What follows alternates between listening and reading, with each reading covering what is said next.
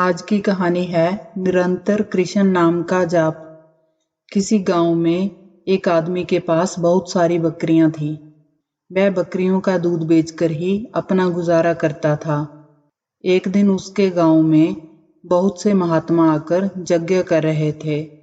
वह वृक्षों के पत्तों पर चंदन से कृष्ण कृष्ण का नाम लिखकर पूजा कर रहे थे। वह जगह गांव से बाहर थी। वह आदमी बकरियों को वहीं हर रोज घास चराने के लिए जाता था।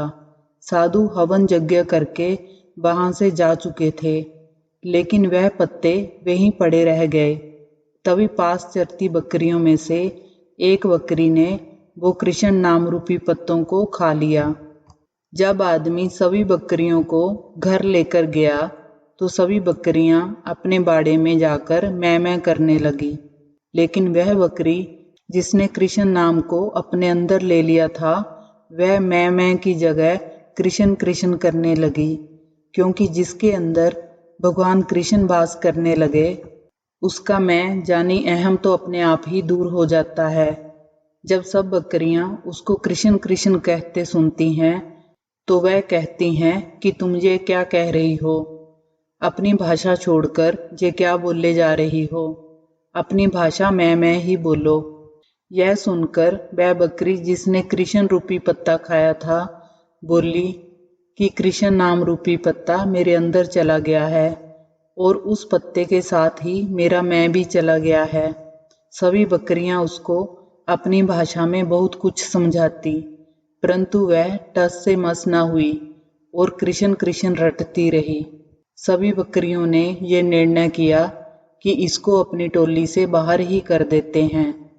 वह सब उसको सींग और धक्के मारकर बाड़े से बाहर निकाल देती हैं। सुबह जब मालिक आता है, तो जब एक बकरी को बाड़े से बाहर देखता है तो उसको पकड़कर फिर से बाड़े के अंदर कर देता है, परंतु बकरियां उसको फिर सींग मारकर बाड़े से बाहर निकाल देती हैं।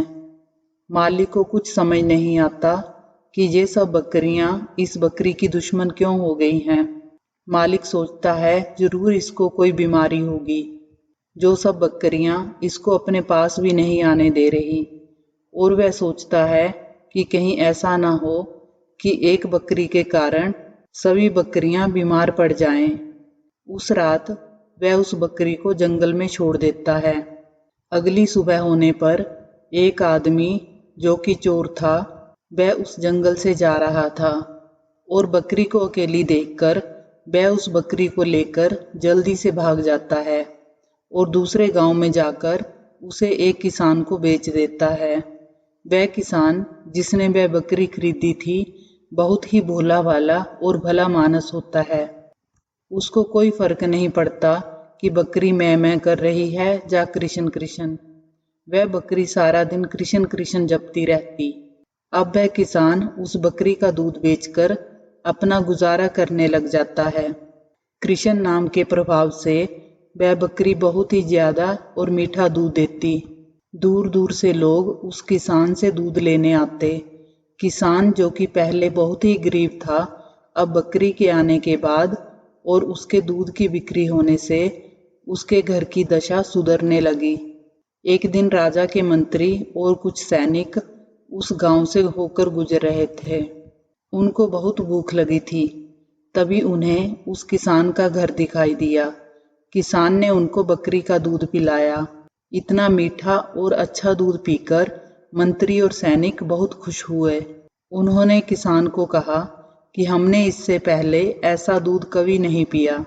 किसान ने कहा कि यह तो इस बकरी का दूध है, जो सारा दिन कृष्ण कृष्ण का जाप करती रहती है। मंत्री उस बकरी को कृष्ण नाम जपते देखकर हैरान हो गया। वह किसान का धन्यवाद करके वापस नगर में राजमहल चले गए। उन दिनों उस नगर की राजमाता काफी बीमार थी। कई वैद्य उनका उपचार कर चुके थे, लेकिन इसके बाद भी उनकी हालत में कोई सुधार नहीं हुआ था। उनकी हालत में सुधार ना होता देखकर राजगुरु ने राज परिवार से कहा कि अब माता जी का स्वस्थ होना मुश्किल है। अब तो भगवान इनको बचा सकते हैं। राजगुरु ने राजा से कहा कि अब आप माता जी के पास बैठकर ज्यादा से ज्यादा ठाकुर जी का नाम लो। राजा, जो कि काफी व्यस्त रहता था, वह सारा दिन राजपाट संभाले जमाता जी के पास बैठे। नगर में किसी के पास भी इतना समय नहीं कि राजमाता के पास बैठकर भगवान का नाम ले सके। तभी मंत्री को वह बकरी याद आई जो कि हमेशा कृष्ण कृष्ण का जाप करती थी।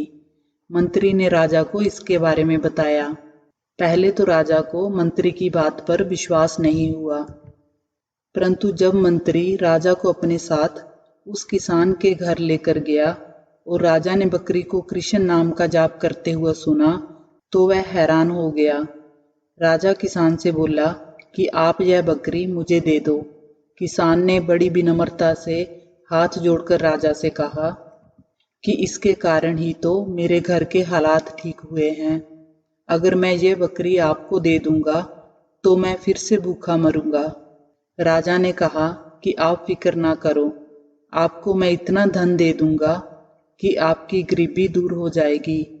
यह सुनकर किसान ने खुशी खुशी उस बकरी को राजा को दे दिया। अब तो बकरी राजमहल में राजमाता के पास बैठकर निरंतर कृष्ण कृष्ण का जाप करती। कृष्ण नाम के कानों में पड़ने से और बकरी का मीठा और स्वच्छ दूध पीने से राजमाता की सेहत में सुधार होने लगा और धीरे धीरे वह बिल्कुल ठीक हो गई। अब तो वह बकरी राजमहल में राजा के पास ही रहने लगी और उसकी संगत से पूरा राजमहल कृष्ण कृष्ण का जाप करने लगा। अब पूरे राजमहल और पूरे नगर में कृष्ण रूपी माहौल हो गया।